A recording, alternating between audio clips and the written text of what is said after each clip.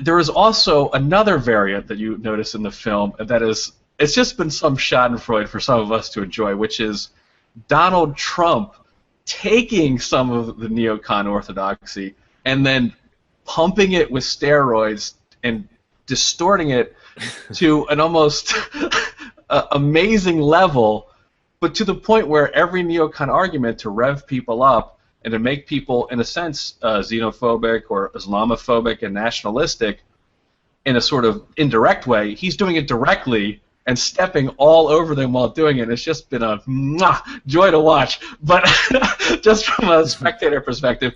But going to Trump and how, in his interaction with the neocons and how he's used rage and how he's used some of their rhetoric. I mean, he's both more belligerent and more restrained in a weird sort of way. So go into the Trump phenomenon, which is in the film, and it's a lot of the fun moments that you see elsewhere are documented. It's a nice little comic relief. So go into the Trump phenomenon in the film. Well, I mean, this was a part of the story that just happened on its own that I didn't predict. When I originally made this, I finished the whole thing, all 3 parts, a year ago, as like a 4.5 hour movie that nobody was going to watch a 4.5 hour movie. And as I was actually, after I decided to split it into 3 movies and do part 3, this, Trump seemed like he was going to win the nomination. But then I started noticing that the neoconservatives specifically were just completely freaking out over him. And I just didn't expect that to happen. And, as I paid closer attention, it sort of made sense why they were freaking out over him. And, at first I just saw him as this really brash, just completely egotistical narcissist who was just, hitting all these hot button kind of, conservative talking points, really visceral ones. He came out onto the scene with Obama's birth certificate before he started, running for president, he was like offering money if someone could, prove that it was real or something. I don't even remember exactly the challenge he gave to Obama, but what was interesting was as you started to see Donald Trump sort of using, isolate. I hate using this word, but what the neocons refer to as isolationist foreign policy rhetoric. He started to talk about ISIS a lot and talk about, how we need to take him out, we need to destroy him. But there was differences between the way he was talking about it compared to Rubio and Cruz, who were very neocon influenced candidates. Trump was saying things like, we need to just let them kill each other and pick up the remnants. It's kind of like the neocon talking point, of, we got to turn the Middle East into a parking lot and just like bomb the shit out of these people. Donald Trump's almost taking it to the point of, well, ultimately we don't care about these people. We need to protect our country and ourselves. He's taking that neocon rhetoric of militarism and hawkishness and bringing it back to sort of a nationalistic, he's almost removing sort of the international liberalism angle from neoconservatism. So now when he talks about, immigration, it's mixed together with terrorism. I don't think the neocons ever intended, they never wanted xenophobia that they were putting out there after 9/11 to get to that level, to get to the level where people would not want Muslims to be, allowed into this country. All the neoconservatives wanted to do is put out just enough xenophobia and Muslim hatred so that Americans would dehumanize the people we were murdering on a daily basis in the Middle East. And I think that they did that on a PR level. Because that's how these people operate. I mean, even as far back as when Robert Kagan was working in the State Department in the 80s. I mean, he was writing memos explaining that we need to we need to dehumanize the Sandinistas in Nicaragua and humanize the government supported, the U.S. government supported forces. Is it frozen on your end? Okay. I'm frozen on my end, but I'll trust that it looks okay. I mean, I think the key point is Trump took it to.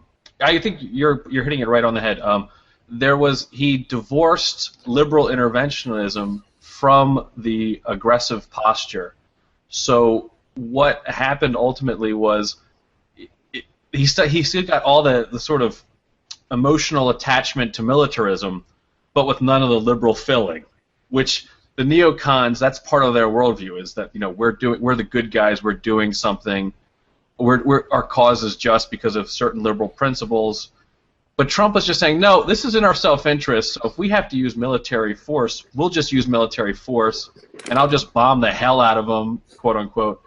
And I think that really took them off it, because that first off, it's all the power of neoconservatism, which is xenophobic, it's fear-based, it's the politics of fear, but with none of the sort of cosmopolitan trimmings that they kind of like to put on it, because that helps them keep the liberals along with them, and that's, at least previous to now, a winning coalition. So I think Trump did a number on their psyches. It's my view of it. It's kind of fun to watch. But yeah, I just wanted to mention that if anyone remembers the way Michael Ledeen used to sound right after 9/11, I mean, and I didn't even have to try very hard to do this, but I found a Michael Ledeen, James Woolsey, and Richard Pearl clip from the American Enterprise Institute in October of 2001, where I would argue that it is the most gratuitous display of neoconservatism in public that I've ever seen. If you watch the entire clip, and Michael Ledeen sounds like Trump at his most cartoonish state, plus mixed together with neoconservatism. He's saying that we need to fight this war and wage a war against all these tyrants, and we need to win. America hates losers. We despise losers. We love winners. This is built into our DNA.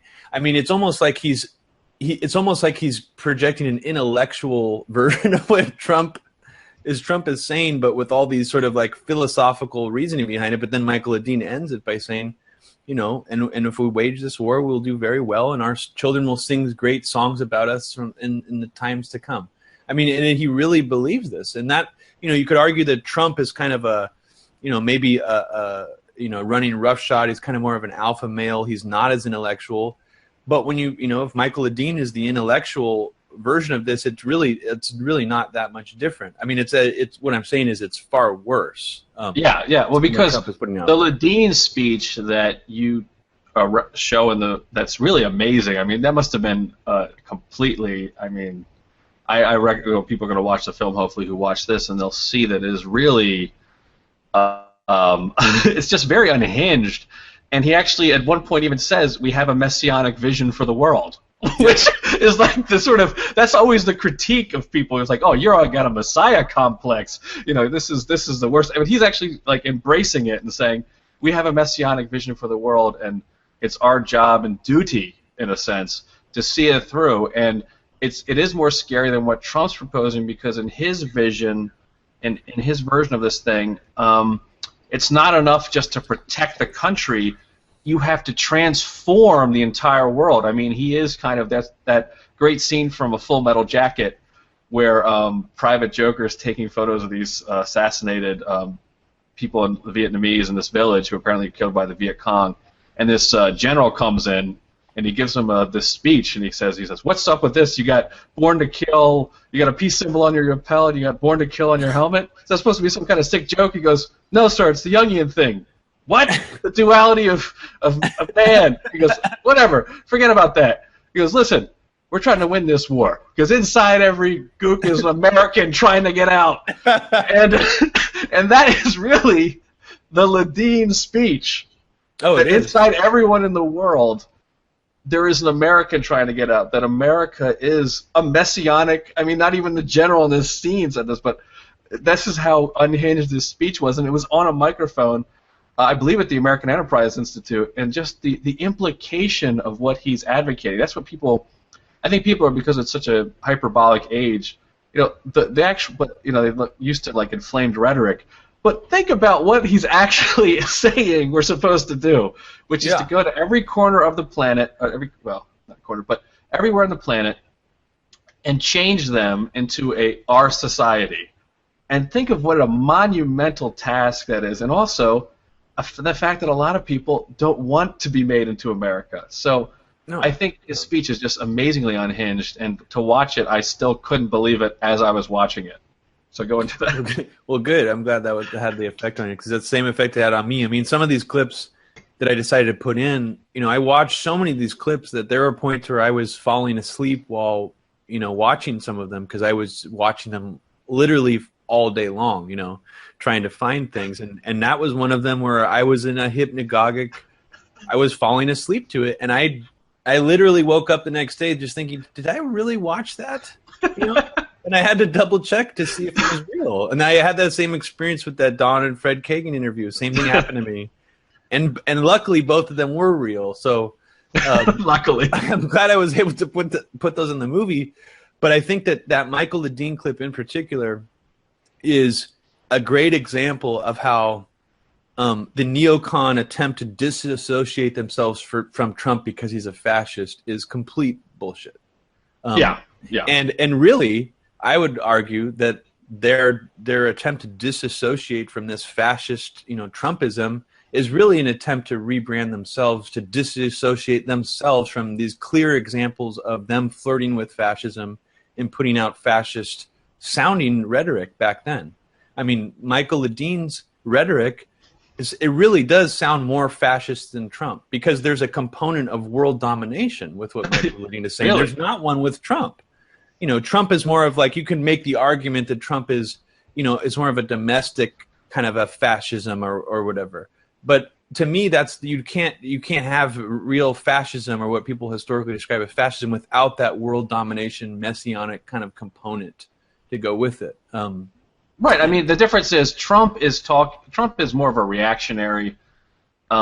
These exist in most countries that they have a sort of reactionary, keep Britain British, or keep France French, keep any country a certain way, or and there is a sort of ethno-nationalist aspect to the Trump campaign. There's no doubt about it. But I think the neocons are much more in line with the fascism they so detest, or what they would think of fascism, which is the fascist countries of the 30s, who didn't just say it was enough to keep Germany German, or Spain Spanish. Well, maybe in Spain's case, it was, we have to go get more territory. We have to expand our own nation state. The sort of worst kind of totalitarian imperialism, because it is a totality, or a totalitarianist idea to say that every place in the world must hold our values. That's really expansionist. I mean, it's a definition of expansionism, and it's really it's Wilsonian policy on crack. I mean, even Wilson was more for a sort of order based on a kind of hierarchy that America would be the top of, but it wasn't sort of internationalism. This isn't internationalism. If every country is going to become America, that's not really respecting other countries at all. So I think Ledeen is the most advanced. I don't know if he's just like the most unrestrained neocon. I would think so. I mean, I think the most candid, maybe. Candid, okay. Yeah. I mean, and behind in private, I'm sure a lot of these people talk like him, or did talk like him. But I think it's noteworthy that he's. I thought it was noteworthy enough of a speech to put in, not just because of the fact that he sounds more fascist than anything Trump has said, but also just because these people do not talk like this anymore. They've learned not to talk like this. Because if they do, it'll undo all of the work that they've been trying to do this whole time to rebrand themselves. And that is ultimately the point of why I made this, is because, they have succeeded in rebranding themselves, and I don't want them to be even more successful at it, and in some small way, if this movie serves as just a reminder to people of how evil and just how awful these people really are, then I'm hoping that that's something positive that could come out of it.